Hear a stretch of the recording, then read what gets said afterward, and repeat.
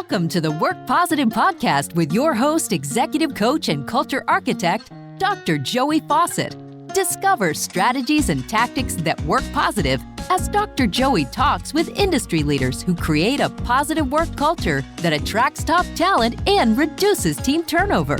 Discover how you can create a work positive culture that increases productivity and profits. Here's your host, Dr. Joey. Hello, Work Positive Nation. So, I'm kind of on a mission. I haven't declared a full-blown mission yet, but I'm kind of on a mission to change our thinking from talent recruitment to talent attraction. Now, what's the difference? Well, if you say you're recruiting me, my defenses immediately go up. My prefrontal cortex turns into Kevlar, right? And that's my decision-making part of my brain. And I'm like, what are you trying to sell me? Why are you trying to recruit me? However, if you're attracting me to your company, then I'm going to look for those core values that align, the priorities that align, and an appreciation for the unique contribution I can bring to your company, right? Well, what if, let's say we as a company, our work positive culture is such that we believe in talent attraction rather than talent recruitment. But what if we have blind spots in our talent attraction? What if we have unconscious biases? I'm working on myself and our teams are working on themselves to become their best versions of themselves. But we all have unconscious biases, right? And what if that becomes a limiting factor to our company's ability to innovate and create, particularly in emerging technologies and other fields? Today's guest is going to help us plow that tough field of understanding our unconscious bias and how we can overcome our unconscious bias, or at least become aware of them, and then diversify enough to magnify even more talent so that we're attracting better top talent, reducing our team turnover, and creating that positive work culture that increases productivity and profits. I'm excited to welcome my friend today, Jean-Luc Charles, who is the senior director of people and culture at Eileen Fisher Incorporated. And you can go to eileenfisher.org and find out more about this amazing company. And Jean-Luc's going to tell us a little bit about that company too. Work Positive Nation, help me welcome my friend, now your friend, Jean-Luc Charles. Jean-Luc, welcome to Work Positive Podcast. Excellent. So great to be here. Really great to be here with you this morning. And, so happy for us to connect. We've connected on a number of different occasions. So it's great to be with the Work Positive Nation and to think about this important issue that you're raising about how do we attract people rather than really recruiting. Again, really allowing something about the brand, something about the company, something about the culture to be the place that somebody says, hey, this is where I want to make my contribution. This is where I can really align with the values and the mission. This is where I see myself growing over the long term. We know that we're in this space of the Great Resignation and also the Great Regret at the same time. So as much as people are leaving organizations, they're also asking themselves, hey, did I leave too early? Could I have worked that through?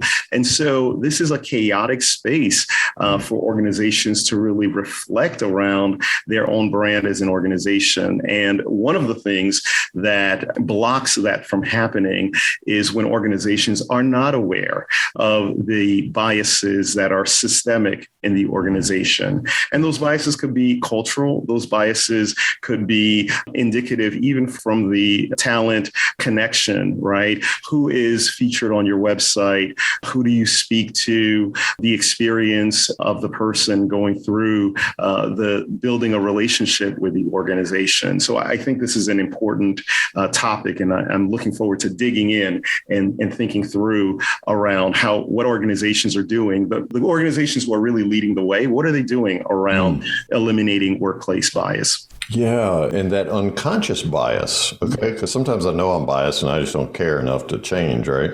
But other times I have an unconscious bias that's a real blind spot for me. So, Jean-Luc, what are you at Eileen Fisher doing to attract top talent?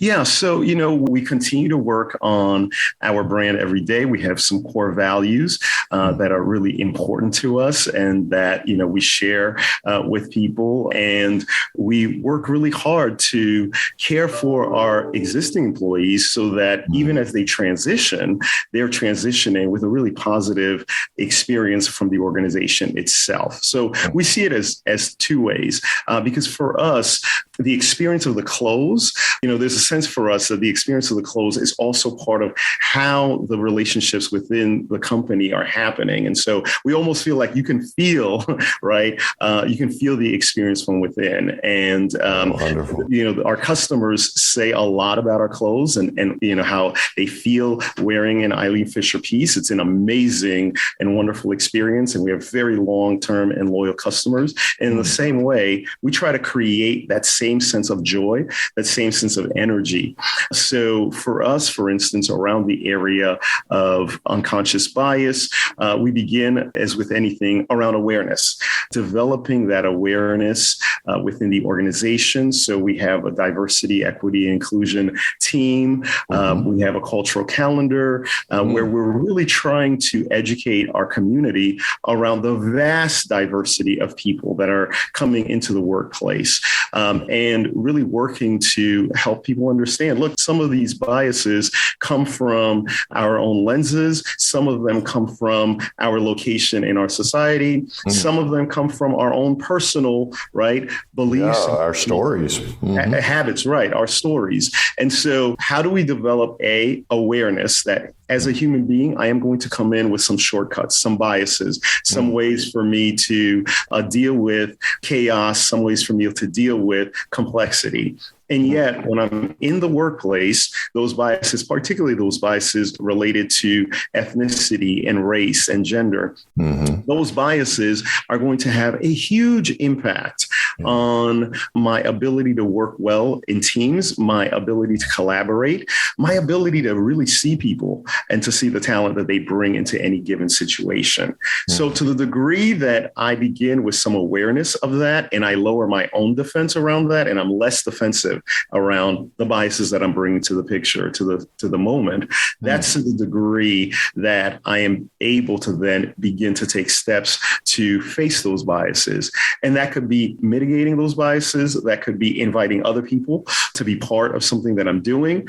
That could be sharing openly and vulnerably around what are the biases that I'm bringing as a male into a situation? What are the biases that I'm bringing, depending on my socioeconomic location? What are the biases that I'm bringing from my race and my ethnicity?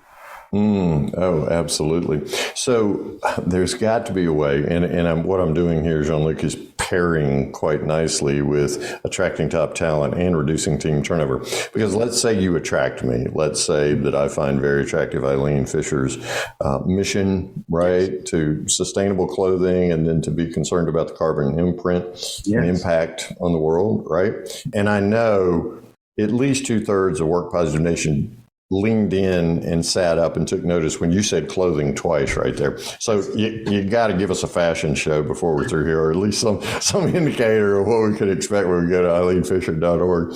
But let's say the pairing there of the top talent and reducing team turnover, that seems key and critical to me, because how you bring to my awareness my unconscious bias is going to determine how I stay in the company. So I'm going to be expecting the company to be consistent, to have integrity, to operate the way it says it's going to operate. But let's say that I discover an unconscious bias, because frankly, I think we all have an unconscious bias of some sort. How are you going to help bring that to my awareness and then help me, as you were talking about, mediate it or grow from it and learn from it? Yeah, the issue around bias happens at so many levels, in the sense that awareness is both coming from what the company may be saying and doing as a whole. So as I shared, we have our diversity, equity, and inclusion team, and one of the components of that is an education component. We hold a cultural calendar, and we use that calendar to really just educate our community around who's in our community, what's important to them, what are their values, But that awareness is also going to come through interaction. So for instance, you might be a store associate and you're interacting with a client, or you might be interacting with another store associate.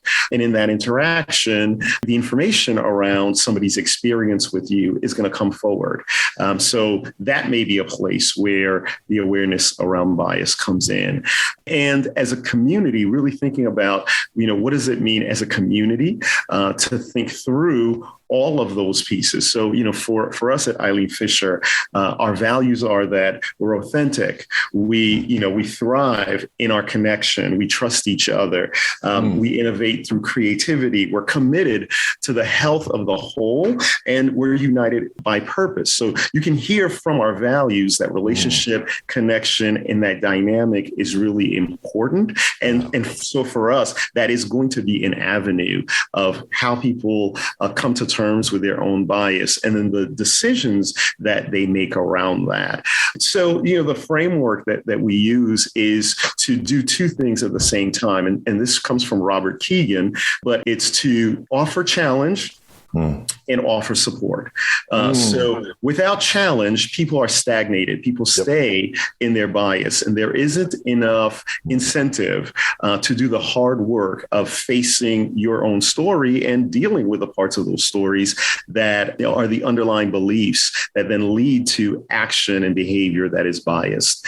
But then also offering the adequate type of support that says, hey, this is a community, and this is about moving forward as a community. And so inviting people into an experience of community that deepens their own sense of belonging, such that they're willing to work on those parts, particularly unconscious bias. So that could be anything from raising awareness about things that are important to people of color, raising awareness of the differentiation of treatment, raising awareness around, gender and sexual identity issues, raising that, all of those awarenesses to understanding how might my particularity and my lens impact any of those things. Yeah, I love that, the challenge and support together, because so often it seems to me that within company cultures, it's easy to become adversarial and just focus on the challenge part,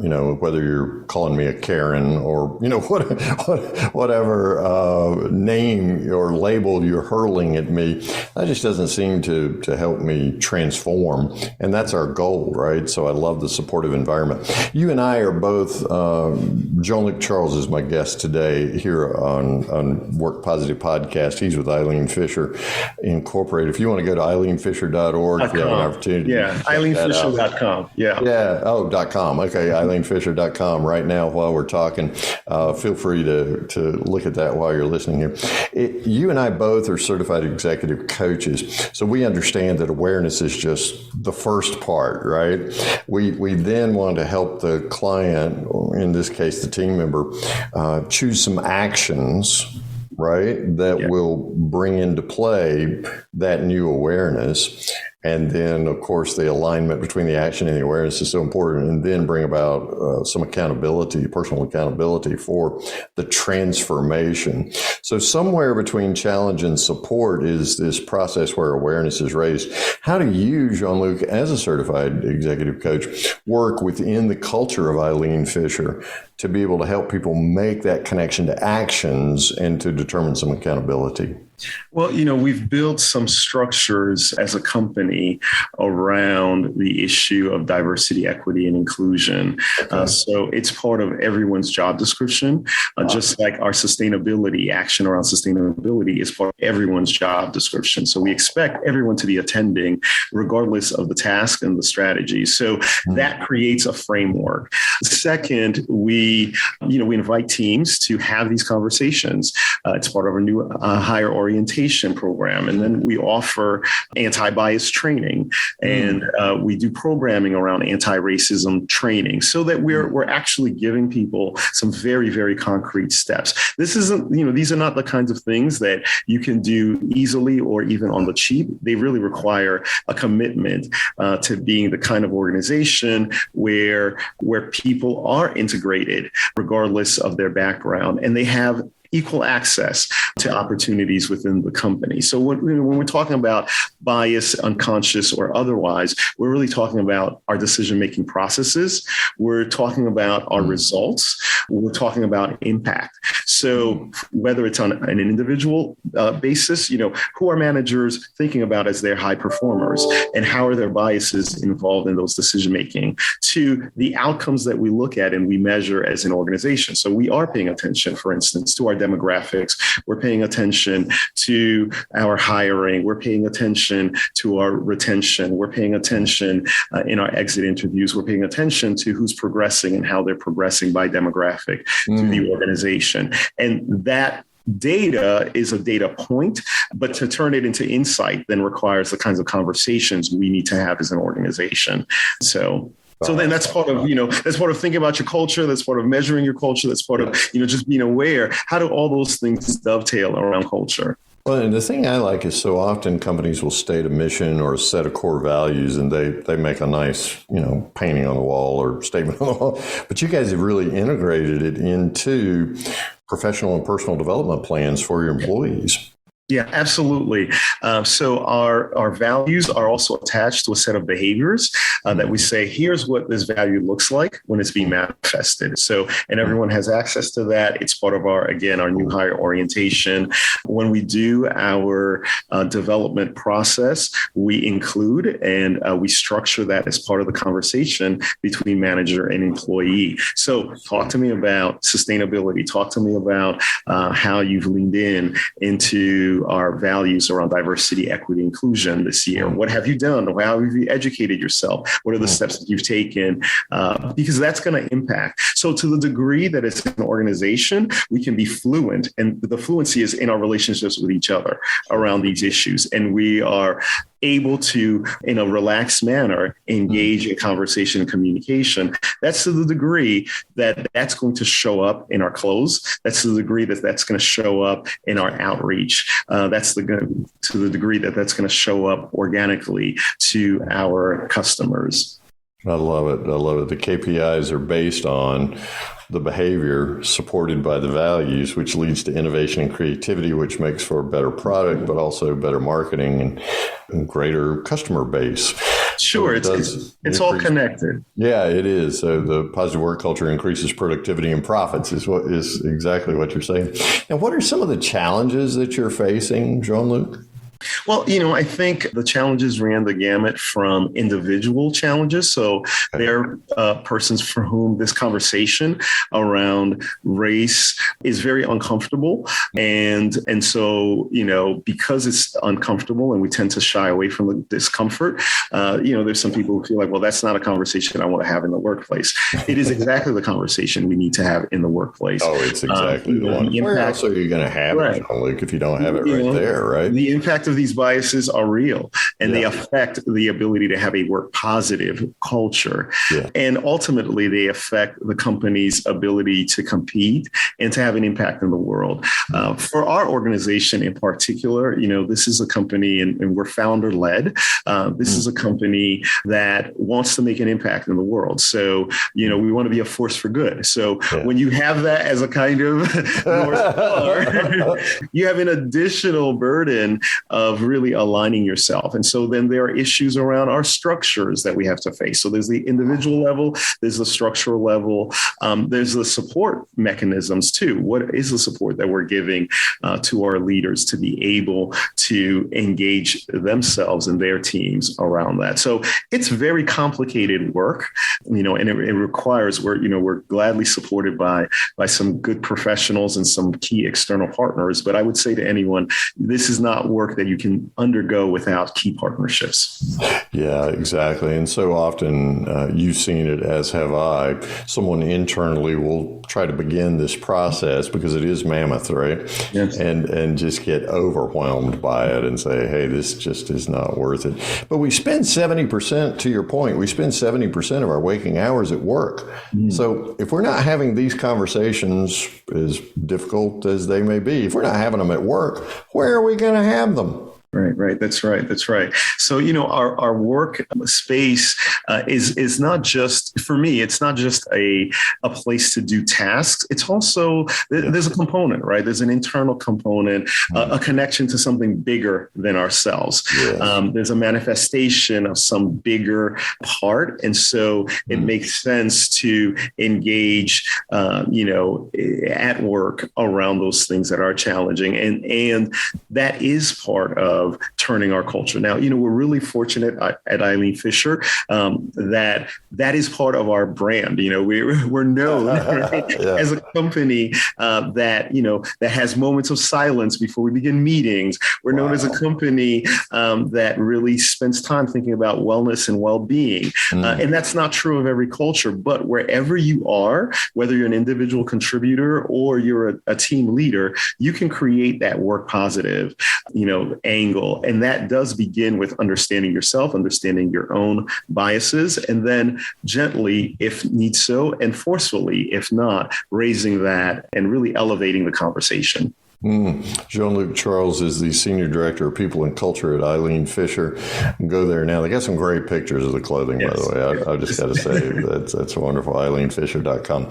And to your point, man, what a huge asset it is to have a founder who is so not just all about clothing, but who is so insistent on creating a culture that supports personal development as well as professional development and sustainability for this planet Earth. So that's amazing. Jean-Luc, based on your experience, what's one thing Work Positive Nation can do starting today to really transform their work culture into the kind of work culture that you're enjoying there at Eileen Fisher? That's a great question. If I were to keep it in the angle of a bias, I would say the one thing that somebody can do today is to start with that awareness piece. There is getting yourself comfortable with that awareness and leaning into that discomfort will do wonders for your organization, because to the degree that you are comfortable in the space of discomfort around unconscious and conscious bias, that's the degree that you're going to be influential to others. You really give other people permission when you yourself begin. So I would say, hey, get comfortable with being uncomfortable, learn about your own bias in whatever the dimension it may be. And that's an invitation. That'll be an invitation to other people. That's amazing. I'm fond of saying, Jean-Luc, that growth lies just beyond the edge of our comfort zones. That's right. So deliberately make yourself uncomfortable today, Work Positive Nation. Seek out those opportunities. Lean into it today. Yeah, that's right. Jean-Luc Charles is the Senior Director of People and Culture at Eileen Fisher. Go to EileenFisher.com right now. Not only will you see his smiling face there, but there's also a free book that we can download at EileenFisher.com, correct? That's right. Well, we want to invite you as you peruse the website to shop for the great clothes, but also to go behind the label and look at our sustainability page, look at what we're doing around our care for this planet, and our invitation to all of us really to really be conscious about carbon and to be conscious about our impact on the planet. There's a book on Carbon Almanac book, a free ebook that you can download. There's other things that you can be doing to really raise your own awareness around this very important issue that affects all of us. So EileenFisher.com is about more than clothing.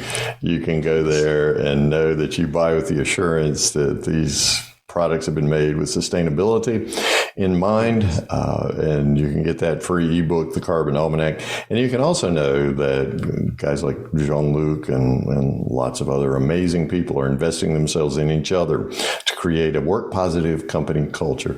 Jean-Luc, I've learned so much from you today, as I do each time that I'm with you. I just count it an immense privilege to spend these 30 minutes with you today, and I know Work Positive Nation does too. Thank you so much for the gift of you and your time and wisdom today. Fantastic. And thank you. Good to be with you again. Thank you for listening to the Work Positive Podcast with your host, executive coach, and culture architect, Dr. Joey Faucette. Please share this podcast with your friends who are small business leaders so they can create a positive work culture that increases their productivity and profits. Get your free 15-point Work Positive checklist to help you attract top talent and reduce team turnover. Download this checklist at workpositive.today/checklist. Remember, it pays to work positive.